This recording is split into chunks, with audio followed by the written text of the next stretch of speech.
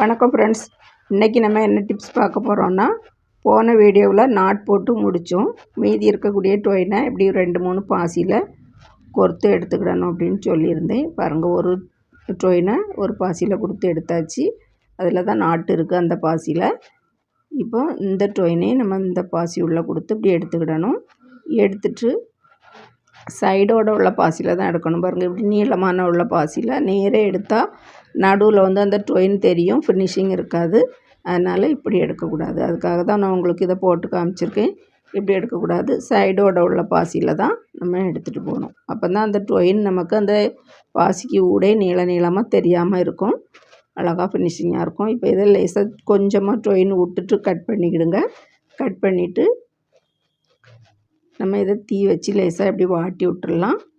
Lighter இருந்துன்னா lighter வச்சு இப்படி வாட்டி விட்ருங்க. லைட்டர் இல்லாத பட்சத்தில் நீங்கள் பற்றி வச்சு இப்படி லேசாக வாட்டி எடுத்துக்கலாம். வாட்டி எடுக்கும்போது அது லேசாக சுருண்டு வரும். அப்போ நமக்கு அந்த நாட் பக்கத்துலேருந்து உருவி வராமல் இருக்கும்.